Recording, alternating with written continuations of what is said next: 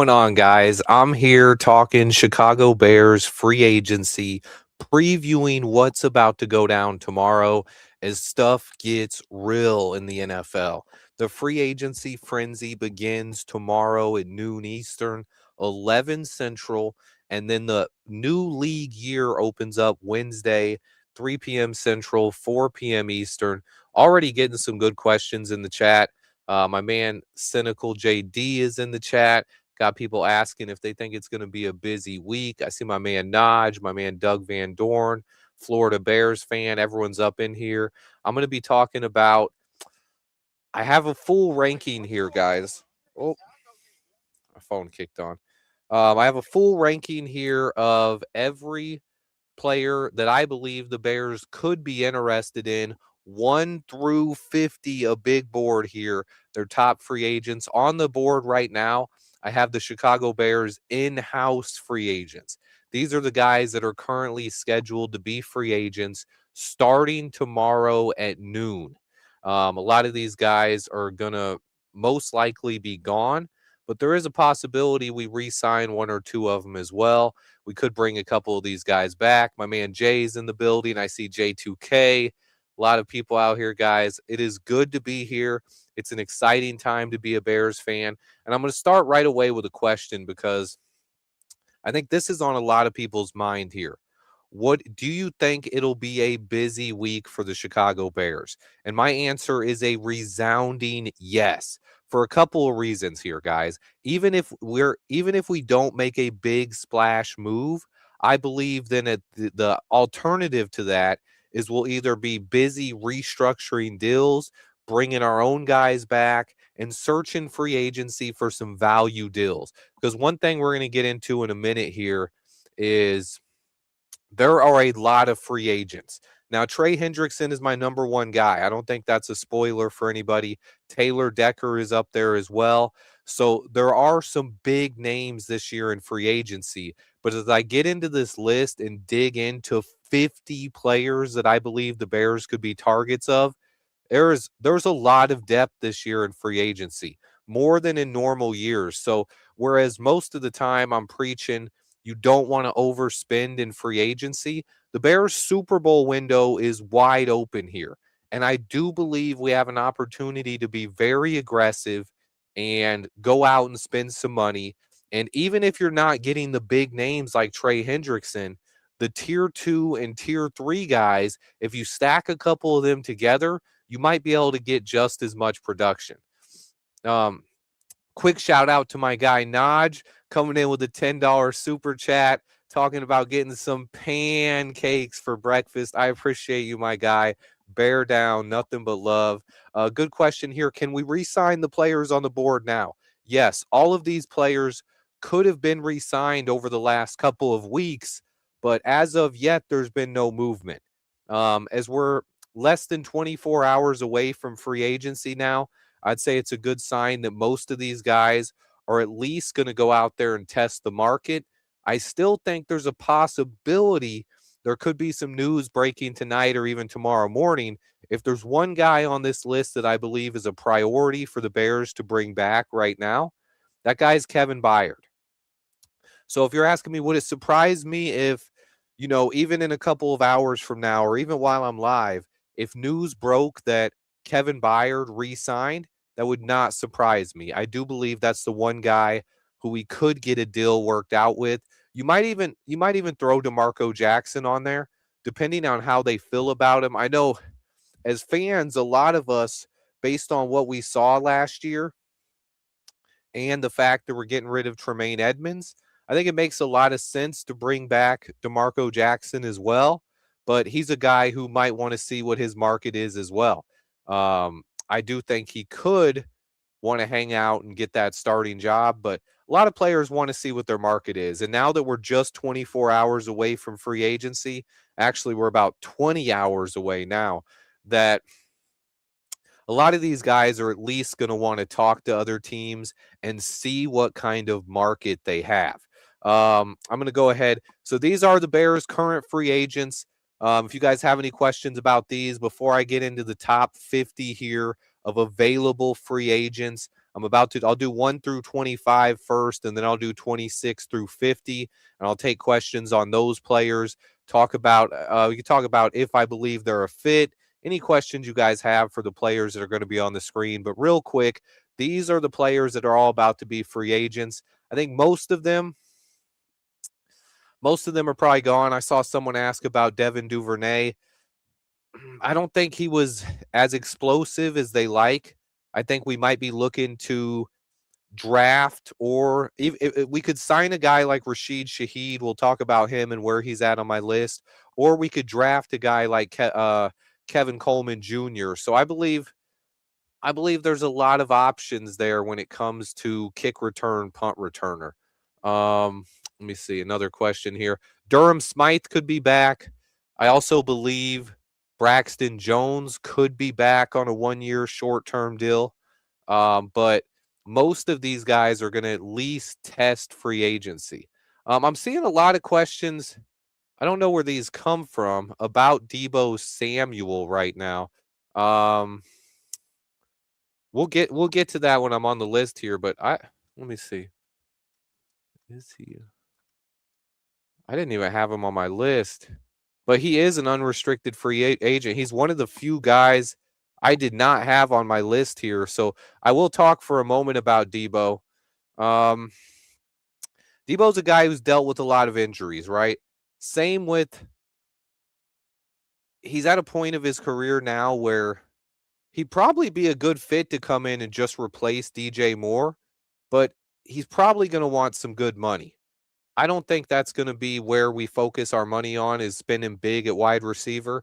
If we spend big at wide receiver, I honestly think it's going to be a guy who has kick and punt return capabilities and is a little bit more versatile that we can use for multiple things. All right, now we're going to go ahead and get into the top 50 here, guys. This is now to make the list even. I went 1 through 26, but this is pretty much the first half here, 1 through 25. These are the top free agents. Get in your questions for these guys you have here. I didn't put too much time into exactly narrowing down where guys should go in the list, but I believe these are all players that could be fits for the Chicago Bears. Obviously, Tyler Linderbaum, as much as I like him, I don't believe it's realistic. I think we already got our center, so he's the only center I'm going to have on this list. You'll see a lot of defensive line. You'll see a lot of linebackers, and you'll see a lot of safeties on this list with a couple of wide receivers sprinkled in here or there. Obviously, number one, the guy I have right at the top, Trey Hendrickson. I think Hendrickson is a perfect fit for Chicago. Um, if we're going to make a splash move, if you look at all the players in the top 5 there, if we're going to make a splash move, Hendrickson is probably the guy. Number 2 on my list, the second guy I think is most realistic would be Taylor Decker. Naj, I love you, man. Khalil Mack has actually re-signed with the Chargers, so you will not find Khalil Mack on my list. He agreed to a 1-year, $18 million contract to go back to LA. So Mac is off the board. He's gone. You got to cross that one off the wish list. How much will Bradley Chubb cost? That's a great question. You see Bradley Chubb in my top 10 there. I have him as my 8th highest guy on the list. I think Chubb is a guy who, if you can get him at a lower cost than the top 3 guys like Hendrickson, Jaelan Phillips, and Odafe Oweh, if you can get Chubb at a little bit of a discount there, same with Boye Mafe, if you can get one of those guys at a discount, I believe that is something the Bears could do. Keith, you're getting a little bit ahead of yourself. He's going to be in the second half, 27 through 50 rankings is where you'll find Cameron Jordan. He's not in my top 25, though. I do believe he's a value option. I see people talking about Taylor Decker. I have Decker right there at number 5. I believe, and look, I get this. I get this question a lot with people. Decker's shoulder scares you, right? Here's the counterpoint to that, right? We're not signing him long term.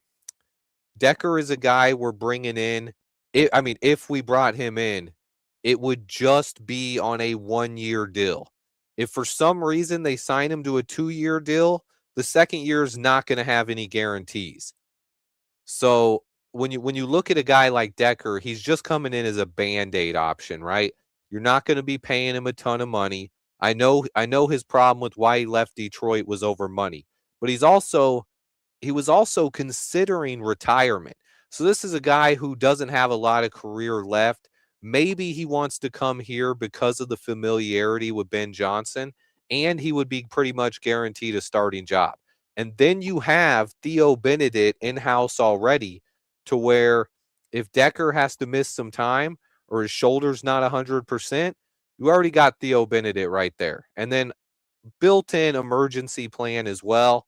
If you get to that option, Joe Tooney is a guy who can slide over to left tackle as well. But I do think Taylor Decker makes a ton of sense. Um, Good question here by Anthony Van Buren. He says, Hendrickson gets sacks, but does he add winning value?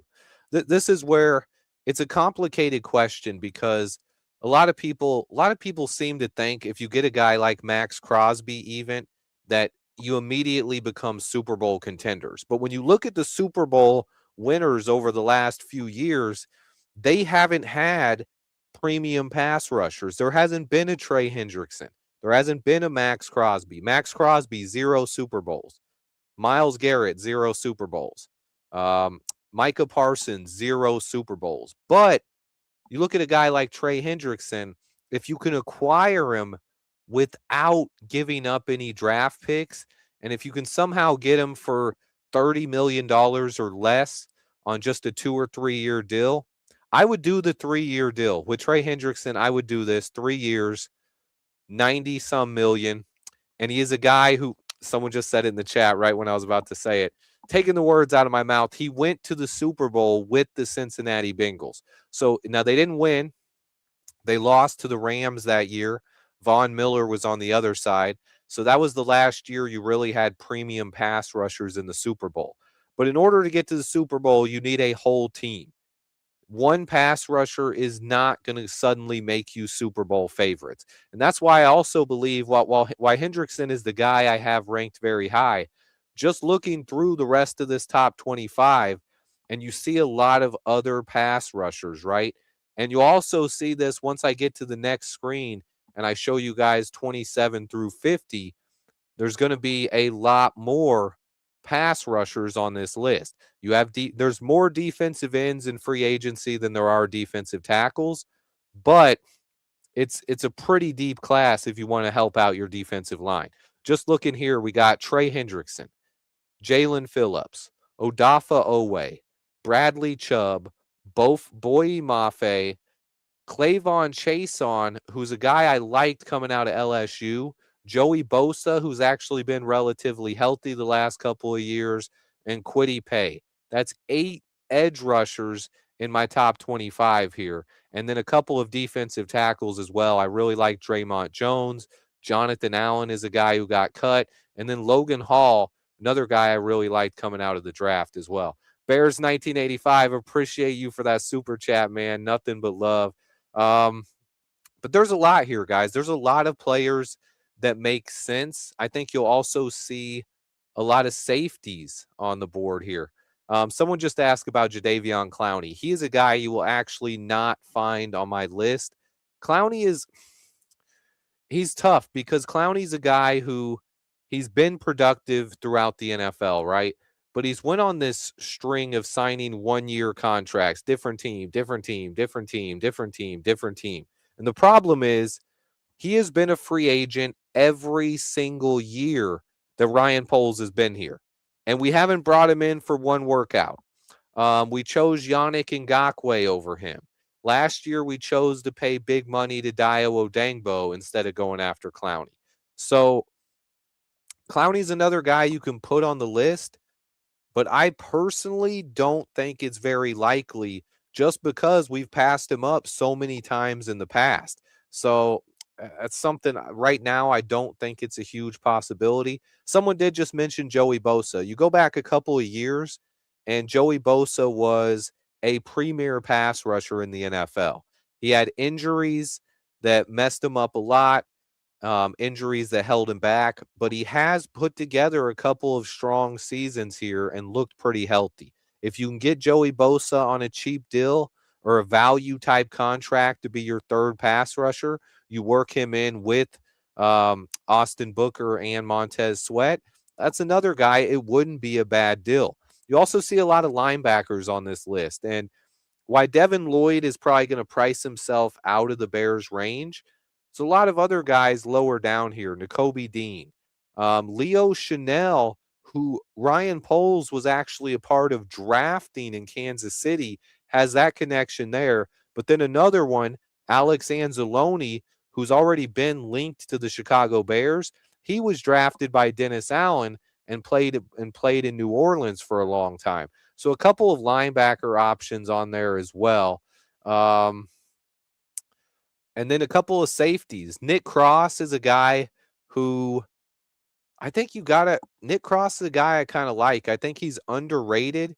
He's a sleeper, and he's a guy you could definitely look at to help out as safety, especially if we don't bring Jaquan Brisker back. Now, I didn't list any of the Bears players on here because I had the separate graphic. These are the Bears free agents, and then we get over here to the top 25 free agents. And you also see a couple running backs on here. I did put Kenneth Walker and Travis Etienne.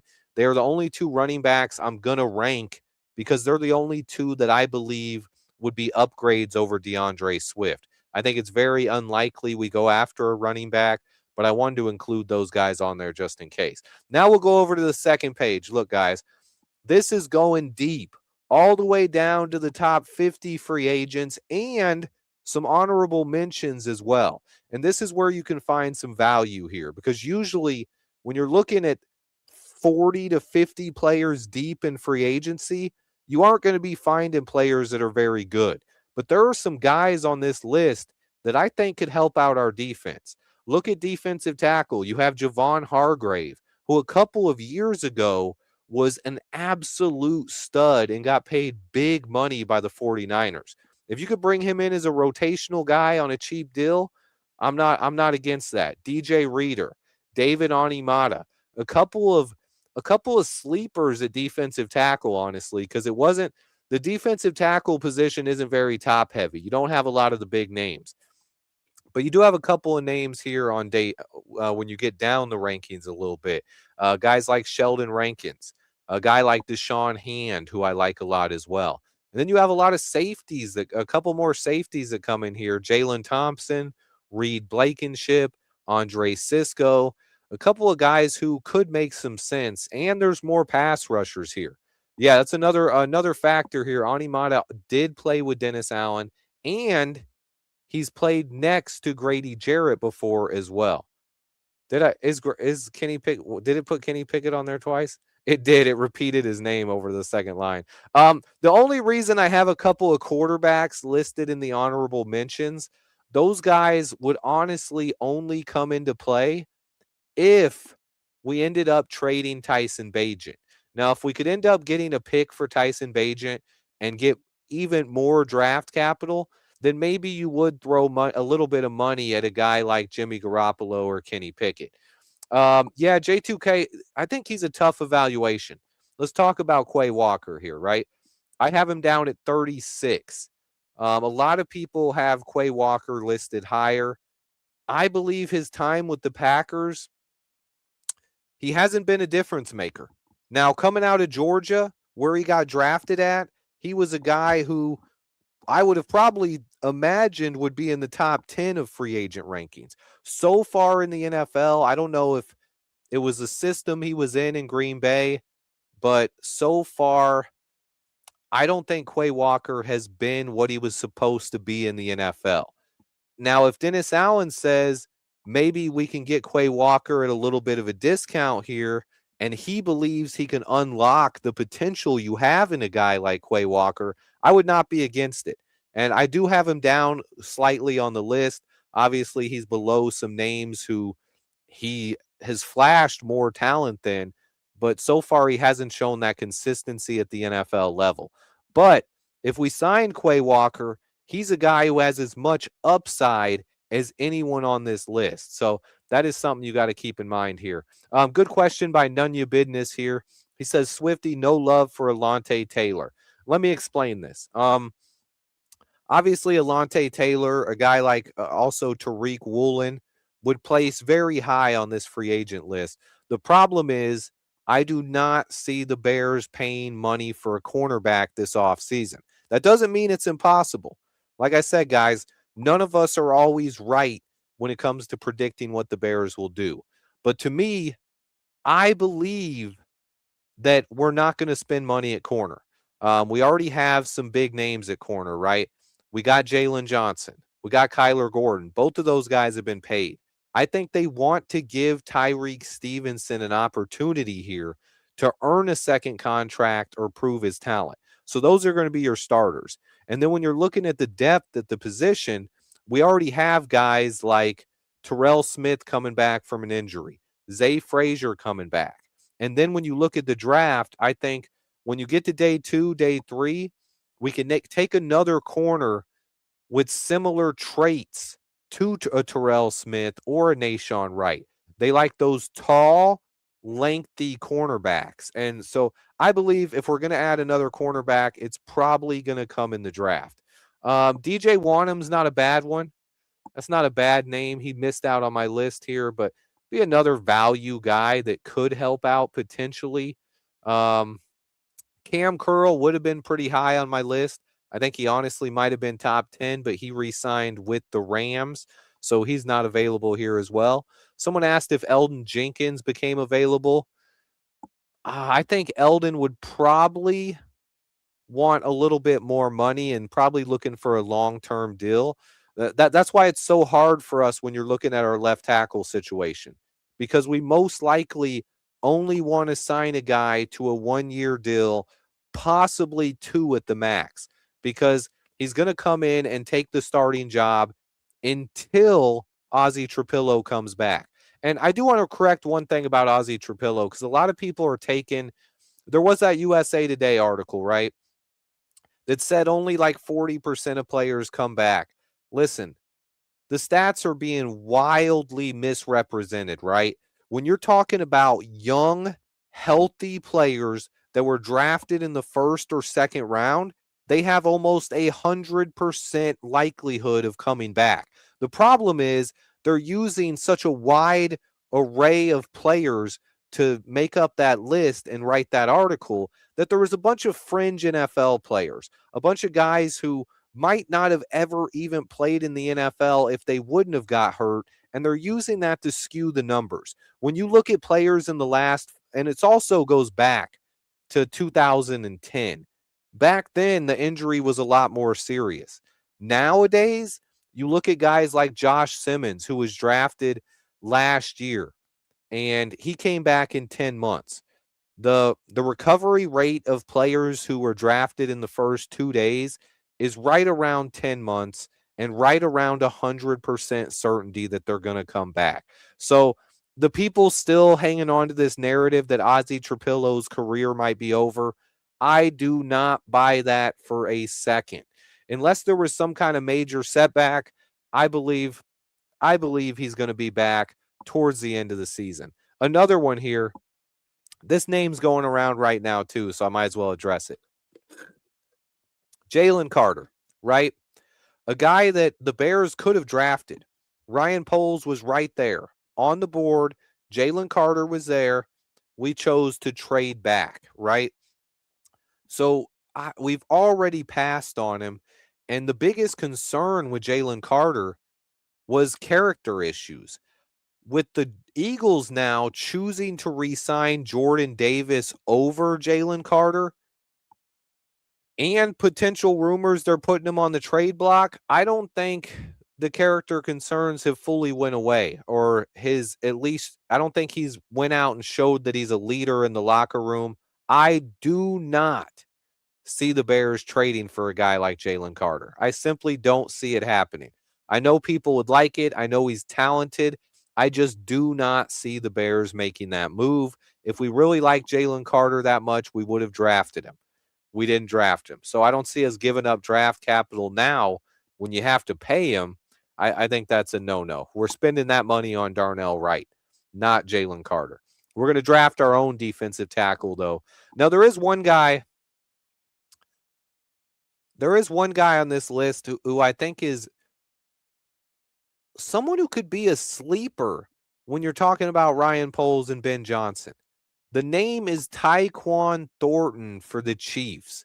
A blazing 4.28 40-yard dash. We know Ben Johnson loves those guys. I think Tyquan Thornton could be your wide receiver 4, and you kind of use him the way that Ben Johnson used Jamison Williams early on with the Lions. That is a guy who, if you can get Tyquan Thornton for somewhere around $2 or $3 million, that might be a guy who you could see come to Chicago. I also threw in Jonah Williams there, a left tackle who was a first-round pick by the Bengals and has been up or down, but he's a guy who, if you can get him here on a one-year deal, maybe to kind of reestablish his value, similar to what we would do with Braxton Jones, he's a guy who could fit that bill. Yeah, Buck, I said no chance. I do not see us trading for Jalen Carter. There are rumors that Carter is available on the trade block. And then D. Levine here took the next name out of my list. I was going to say Jamari Sawyer as well. He's played a little bit of guard, and he's played on the right side as well. But last year, the last half of the season, he held his own at left tackle.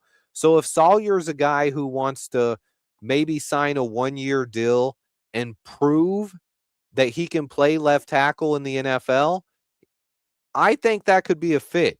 He's one of the guys who that would make sense. If we could convince him to come here for a year, be like, look, you can show teams that you could play left tackle. You're going to be playing next to Joe Thuney. We got a really solid offensive line.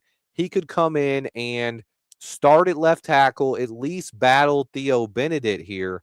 And I think he's a guy who would not be a bad fit. That's what I'm saying. There's a lot of people on this list going down to 50 here that it's a talented group of free agents. And I think I just saw J2K mention another one of my honorable mention guys, Tim Patrick, also a guy who's familiar with Ben Johnson from his time in Detroit. There's another guy here who just missed my top 50, but I like him, Levi Onwuzurike. Now, he missed all of last season. Missed the whole season, right? But he's been in Detroit. He's familiar with Ben Johnson. Now, obviously, he played on defense. Ben Johnson was the offensive coordinator. But he's a guy who, if you can get him on a value contract because he just missed the whole season, I know people don't like signing injured guys, but if you could sign him cheap, I'm all for that. Good question here by Haroon. Let's see. Swifty, would you be happy if the Bears signed Cameron Jordan and Jonathan Allen on one-year deals? Now, I'm depending on what you mean by happy. I do believe that that's how talented this free agent class is. We have holes all over the roster, guys, and that's why maybe when it comes down to it, we don't sign a Trey Hendrickson. Maybe we fill 2 or 3 or 4 or even 5 holes in free agency here and do it with value deals. And that is one situation where that could work. Look, Cameron Jordan is not a long-term option, right? He's not going to be someone who comes in here and starts for 3-4 years. But for 1 year, getting Cameron Jordan, I think he'd be a very solid investment here. He's a guy who had nearly 10 sacks last year. He's played most of his career with Dennis Allen. So if there's a guy who's familiar with Dennis Allen and could help us out, I also think there's another caveat to that, right? Where Cam Jordan not only can come in and be a situational pass rusher for you, but if you draft an edge rusher to go with it, Cameron Jordan is going to help your young edge rusher. He's also going to help Austin Booker. There's a lot that a guy like Cam Jordan can teach these young guys. Now, you do have coaches already, right? But there's no substitution for NFL experience, especially in a certain system. He's played in Dennis Allen's system more than he's played anywhere else in his time in the NFL. So if you can get Cameron Jordan on a 1-year value contract, let him come to Chicago, let him hopefully chase a ring, which is another reason he'd want to come here. I think that's not a bad idea. And then the other guy paired with that, Jonathan Allen. Look, I'm a fan of Jonathan Allen. A couple of years ago, he was viewed as one of the best defensive tackles in football, right? Now he went and got a big money contract from the Vikings, and now they end up cutting him because they're a team that is in salary cap problems. And now you have a chance to take advantage of that. If you could get Jonathan Allen on a value deal, another guy who he would be reuniting with Montez Sweat as well. He would improve the interior of our defensive line. I think Jonathan Allen and Cameron Jordan. Now, obviously, to go with that, you'd have to sign a linebacker, a safety, and maybe a left tackle as well. But I think even without making a splash move there, you can have a pretty big free agency. And overall, I would end up being happy with it. But I'm not going to be jumping up and down if we sign Cameron Jordan. You're not going to see me, oh, the Bears got the best edge rusher. But I do believe he's a guy who could help our edge room, right? He could help this team out.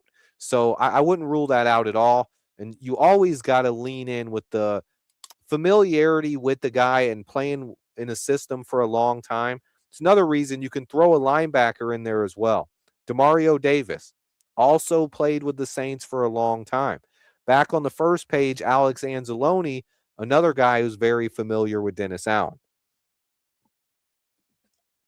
I talk a lot, don't I? But there are a lot of guys on this list when you're looking at the sleepers a little bit deeper down into it. At number 39, I haven't mentioned this guy yet, but Arden Key.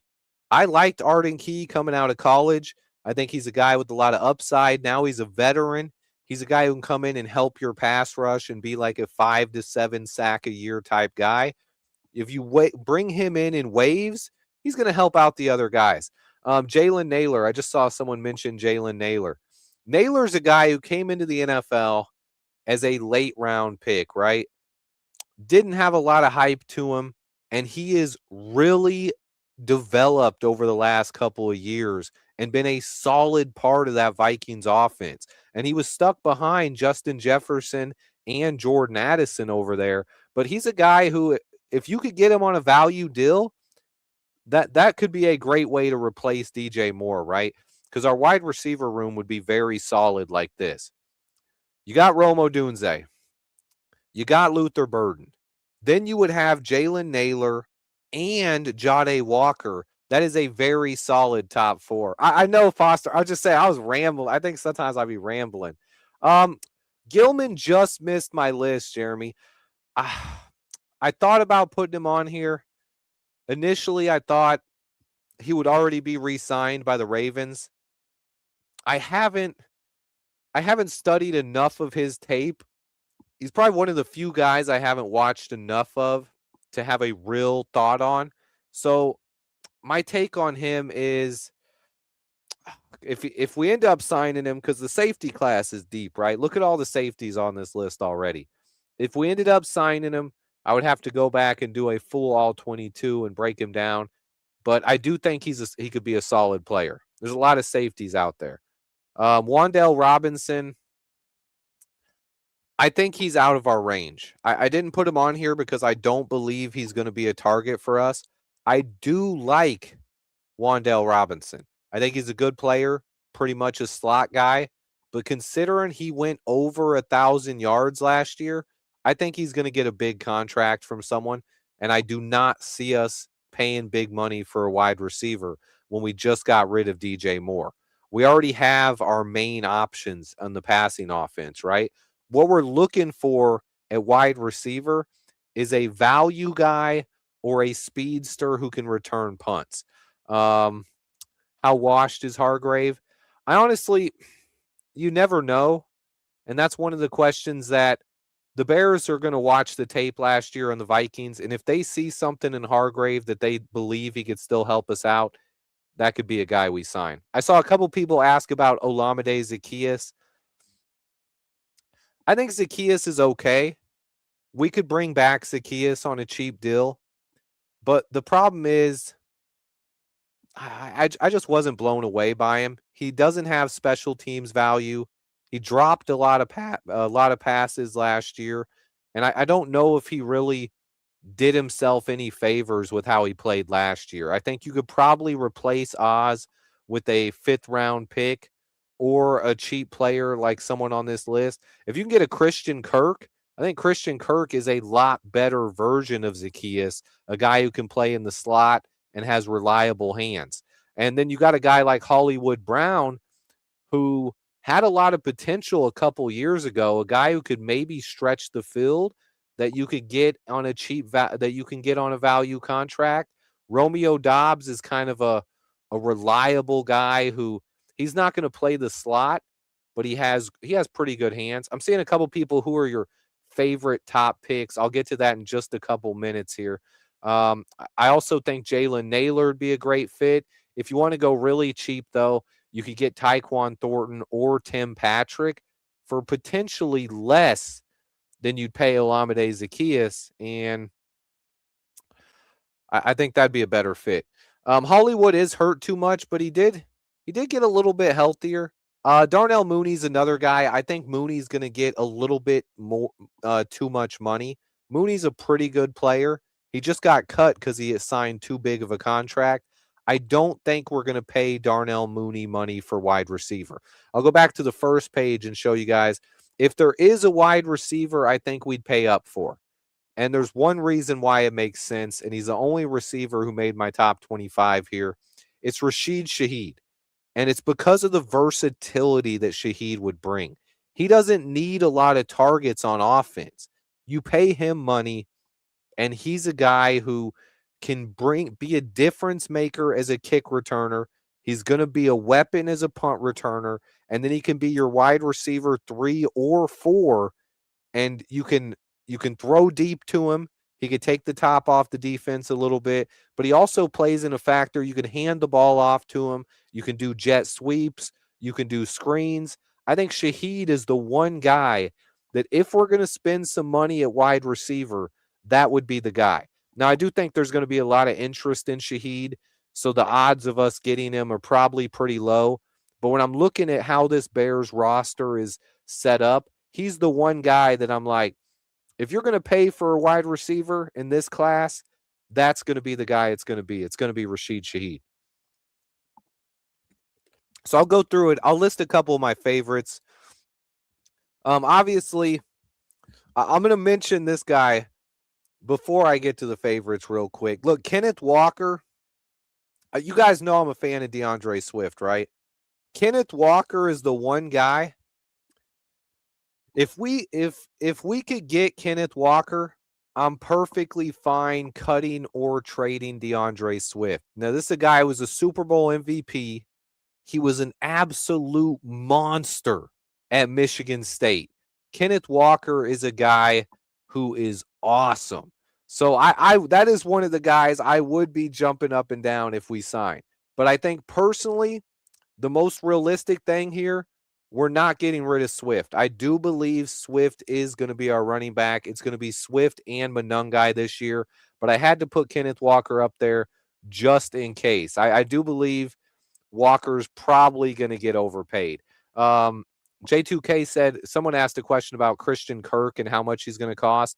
If you can get Christian Kirk for $4.5 million, I think that's perfect. Think about that. You're paying him $24 million less than what you paid DJ Moore. And honestly, if he stayed healthy all year, I could see him putting up very similar numbers to what DJ put up last year. If you can get similar production from your wide receiver 3 and get it for $24 million less, plus have a second-round pick, that would be one of the biggest steals of the entire offseason and a home run by Ryan Poles. I want to address some before I talk about my favorites real quick here. Listen, guys, the people who are naysayers right now and saying the Bears are going to fall back or the Bears are messing up their championship window, you guys have to understand how lucky we are as Bears fans right now. We have our quarterback in Caleb Williams. We have our head coach in Ben Johnson. As long as those two guys are together, the Chicago Bears championship window is wide open. So when people are saying, are we messed up by not trading for Max Crosby? Look, I've already addressed that. But one point that I didn't put with that, listen, we are a team that's going to be able to compete and potentially be contenders in the NFC and play for the big game every single year. The thing that trading for Max Crosby would have done, that would have shortened our window where it's like, oh, now we got 2 or 3 years to compete. Right now, we can compete every year for the next decade or longer. This is a team that could be good for a long, long time. No move that Ryan Poles has made has set this team back. And that's something I believe people are just completely overlooking here. People will call out some of his misses. And I've heard a lot about last year's contracts with Grady Jarrett and Dio Odangbo. Those contracts are not hurting this team. We still have flexibility and we can get out of both of those contracts with no problem next season, without any dead cap hits and without any void years. So the future of this team right now is so bright. So I think we got to chill on that. But now I'm going to go ahead. I'll talk about some of my favorite free agents. Okay, on the first list here, right? I will, before I say my favorites. J2K made a great point. I do like Logan Hall. I don't know if he's a fit for Dennis Allen's defense, but Logan Hall and Dre'Mont Jones at the bottom of my 25 here, I would be really happy getting either of those guys at defensive tackle. But I'll give you guys my top 5 out of the top 25 here. Number 1 is obviously Trey Hendrickson. Look, I know the odds of us actually signing Trey aren't as high as I want them to be, but I'm still believing in that Dennis Allen connection. And if you get Trey Hendrickson and add him to this defensive line, this team, our front seven is going to be so much better. I also believe, I know some people don't believe it, but we can afford to get Trey Hendrickson and then still fill the rest of the needs on this roster. If that happens, that's when you'll probably see Jalen Johnson and Montez Sweat's contracts get restructured to give us a little bit more room. But we have the flexibility to do that and continue being competitive going forward. So Trey Hendrickson's number 1. Number 2 guy on this list for me, Taylor Decker. Now, I don't think Taylor Decker is a long-term solution at all. I made a video on this last night, so I'm not going to talk too much about it, but I believe he would be a perfect 1-year fill-in at defensive or at left tackle and would honestly be just perfect for this offensive line. And he's another guy who has connection with our head coach. Trey Hendrickson is connected to Dennis Allen. Taylor Decker is connected with Ben Johnson. So that's huge to me. I'll quickly address King Booker World's question here, or his comment. My man King Book, listen, I understand why people don't want to give him $30 million a season, but you guys are missing something here, right? Almost every team in the NFL is paying at least one player $30 million a season. The Bears are not. We have the opportunity here to pay a guy $30 million a season and still fill the rest of our needs until we pay Caleb Williams. Once we get to that point, we will not be able to do that. So that is where you're talking about we have a small window. We have a small window of 2 to 3 years here but this is the last year where you can sign a guy for 3 years and then get out of that contract by the time we pay Caleb. And that is why I think it's possible we could sign Trey, because this is our last chance to really go all in and do something like that. But those are my top 2 right there. Trey Hendrickson, Taylor Decker. Third on my list is Bradley Chubb. He's another guy who he's right there. As far as talent is concerned, he's right there with Trey Hendrickson. He's not too far off. He's a tier below, right? I think I think Bradley Chubb is a guy, he can play the run. He fits Dennis Allen's system. He's still young enough that we could sign him for 3 years and he could be a difference maker. I think he's right there. Now you could tier Bradley Chubb in. If Chubb's not your guy, you can replace him with Odafe Oweh or Boye Mafe. I think either of those guys, they're all right there. Very solid second tier pass rushers who would help this team out. And then when I move on past that, I do like Jonathan Allen a lot. I like Clavon Chason. The guy I got to mention here is going to be Rashid Shaheed. I just talked about it a few minutes ago, but he is the one guy who's an offensive player and a wide receiver who I think is just a perfect fit. I think he fills the needs on this team. He would make Ben Johnson's offense better. He would give us a whole new dimension on special teams. And he's a guy who he'd honestly be worth the money. You could backload his deal a little bit. Swifty's been trying to sign Bradley Chubb for 10. I don't even think I've ever made a video on Bradley Chubb. He's never been a free agent. I've never talked about Bradley Chubb, but I do like Bradley Chubb. And I gotta this guy's always saying misinformed stuff in my comments. None but love, man, but you say some stuff that is just purely wrong. And sometimes they'll go in my comments and say the same comment that's wrong to like 10 people. Brother, you got to stop that, my man. Listen, we do have the money for high quality free agents. You just don't understand the salary cap. I'm not trying to take a shot at you or anything, but you don't understand. Every team has backloaded deals. Every other team in the NFL has void years written in. The Bears don't have any of that. We have the flexibility right now to be the biggest spenders in this entire off season. He says, bro, you said, I'm not even going to talk to the guy because clearly he just doesn't understand what he's saying. But I'll say it for anyone who does want to hear. The Bears have as much flexibility as any team in the NFL right now. They can go all in. They can restructure contracts here, and they could sign 2 of these top 5 guys if they wanted to. That is the flexibility we have. Now, we do know one thing about Ryan Poles. He wants to maintain that flexibility going forward. So that might be one reason why he's not going to go all in this year, but we have the capability to do it.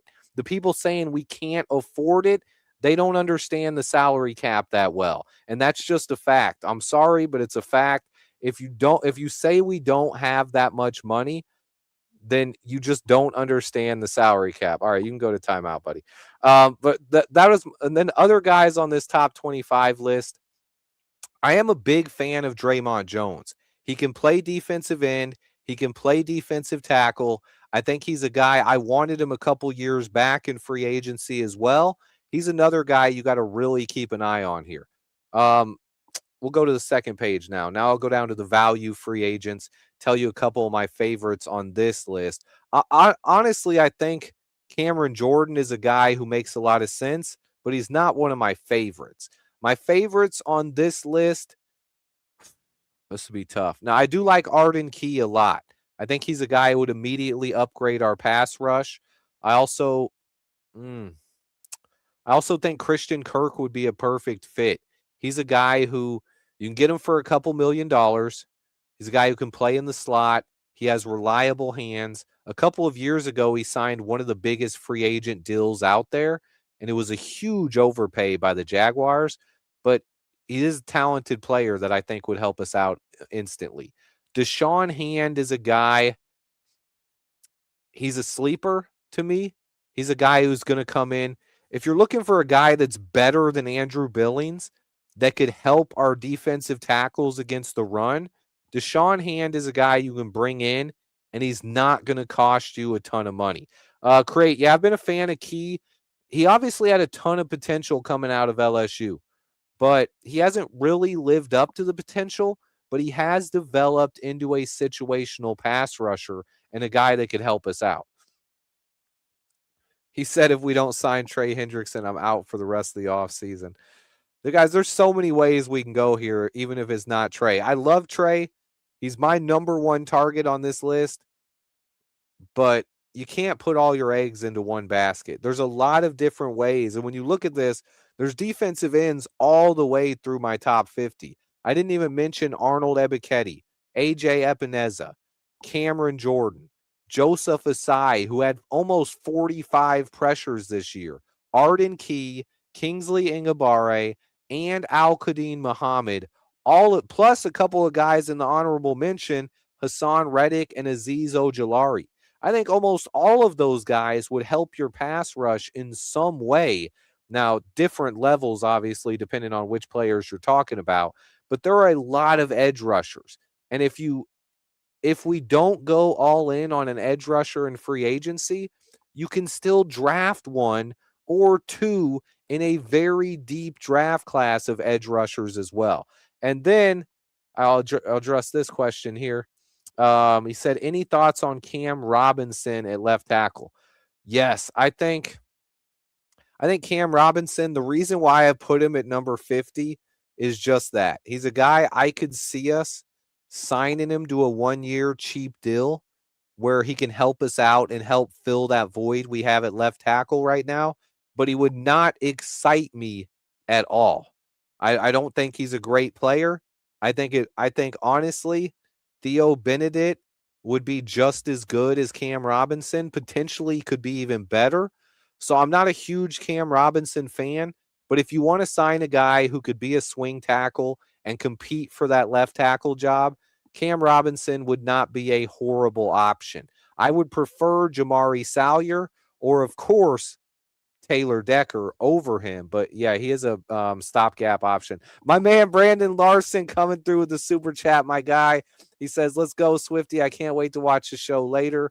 I know it's going to be good free agency tomorrow. Bear down, my guy. Nothing but love there.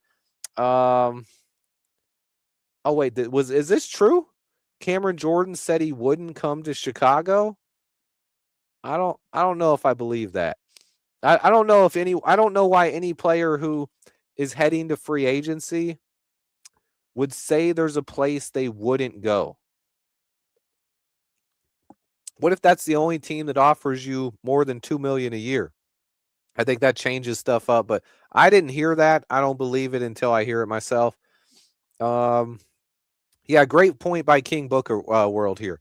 Listen, if we don't sign a big name on the defensive line in free agency, guys, we have extra draft capital now. And I've been talking about this draft class for 2 years. The one thing, now this is not a strong draft class. This is not one of my favorite draft classes. I think last year's draft was better, and the 2027 class is going to be even better. But this is a very, very talented group on the defensive line. If you're talking about the strength in this draft, by far to me, it's defensive line. That's where it at. Let's see. I'm not saying he said that, Switty, but I did read from New Orleans beat writer. He was not happy that Dennis Allen moved him to the inside his final year there. Everybody has some tiffs and some taffs with their coaches. I don't think anyone gets along with their coach. I actually mentioned that in a video I made last night. Like, we don't know if Taylor Decker likes Ben Johnson. You never know. They could have been guys that butted their heads a little bit. Same with Trey Hendrickson. We don't know if he likes Dennis Allen. But anytime you have familiarity with the coach, you at least know what kind of scheme you're going to be playing in. And I think that's always a positive. I'll go ahead and put that at the bottom too. Yes, the Bears still do have a chance for the compensation picks, guys. We're going to hear about this by Wednesday. I believe the comp picks will be announced, and we'll know whether or not the Bears end up getting that comp pick. I believe there is a good chance we're going to end up with that pick. And if there's a lot of people calling me idiot earlier when I suggested I still thought we were going to get the picks, even though everyone in the media was saying we weren't. I'm going to have some comments for a couple of those guys. But yeah, this is also a pretty good class at safety as well. I think linebacker class kind of drops off after the second round. It's a pretty deep class at safety, overall, it's a decent draft class, but it's not very good at quarterback. It's not very good at running back. And I don't think it's very great at offensive line as well. So there's a couple of positions there where it's just not very deep at. But if you're looking for one thing here where the Bears can really address in this year's draft, they can get a linebacker. They can get defensive line for sure. I believe they can. I believe they can come away with this draft, especially with the extra pick we have in round 2 now. I think you can get a defensive tackle, an edge rusher, and a linebacker, and all of a sudden the front 7 of this defense would look a lot better.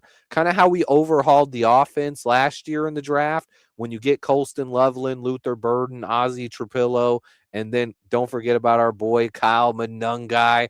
But you add that much talent to the offense, I believe we can do the same thing on the defensive side of the ball this year, and the draft lines up for it. That's one thing I believe Ryan Poles has done a good job of. He heads into the draft where he knows what areas are strong in that draft class, because you can never predict exactly who's going to be on the board when you pick. That's just not how the draft works. It's too unpredictable. But if it's really deep on the defensive line, that we should have a really good chance to add an edge rusher and a defensive tackle at some point in this draft. And by getting that extra second round pick, you can go best player available that's not defensive line and still end up getting some help on this D line. So that's one thing I'm very confident in. Don't forget about the draft, guys. What free agency does, usually Ryan Poles likes to do this. He likes to fill the holes on this roster in free agency. And then you go into the draft where you can take best player available. But that's one reason why I could see us signing some veterans, right? A guy like Cameron Jordan even, because then you can still draft the position. Same with the center we just got, Garrett Bradbury. He does not prevent us from drafting a center in round 3. And then you got Garrett Bradbury and a rookie center like Logan Jones right behind him. And we got Luke Newman on this roster as well.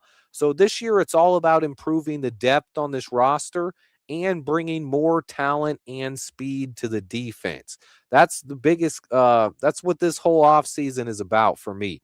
Now, I get it. A lot of people want Trey Hendrickson. They want that splashy name. You guys should know I do. I made multiple videos talking about why, if we're going to make a splash at edge rusher, that we should go for Trey Hendrickson and stay far away from Max Crosby.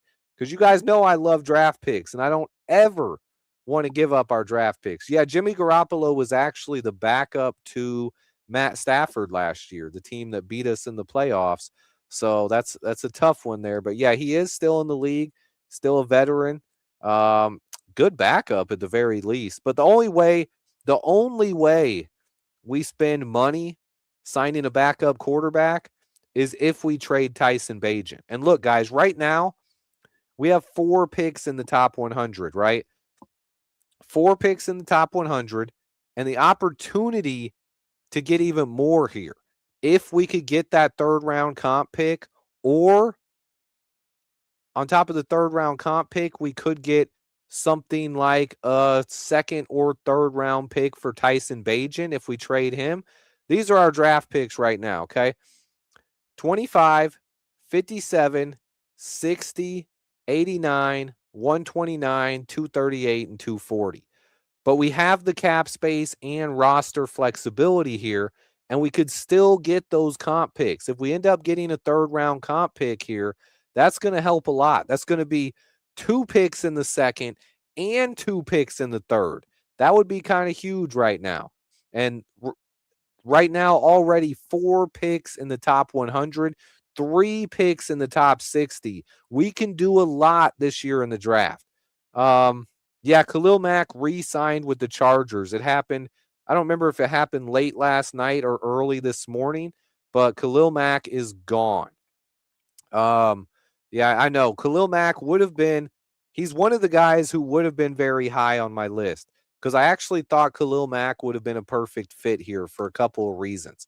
Um, I believe at this point of his career, he's 35 years old. He's going to be a situational pass rusher. You come in and you bring Khalil Mack in off the bench, bring him in for Montez Sweat on third down sometime.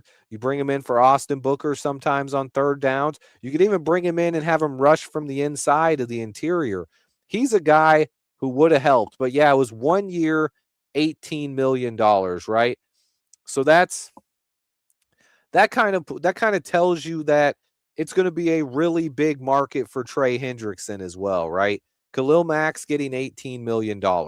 We just saw the Eagles, and this is not even in free agency where you have to bid against other teams. The Eagles just paid Jordan Davis, their nose tackle, $26 million a season. So Trey is probably going to get $30 million, guys. And honestly, Danielle Hunter for the Texans, another pass rusher, he just got a 1 year, $40 million deal. And that's where I think Trey can really get out of our price range, right? If a team offers Trey Hendrickson $35 to $40 million a season, no way are we in on that. Just no way. We're not paying $40 million a season for anybody in free agency. Now, if you can get Hendrickson on that 3-year, $30 million range, I think he's a perfect fit for this team, and I would be all in on making that kind of signing. If you don't, or if a team offers him more than that, though, you let him walk, and then you start calling the other edge rushers. Jaelan Phillips is younger. One of the reasons I didn't have Jaelan Phillips as one of my favorites, he has been a little bit inconsistent, and he's dealt with some injuries.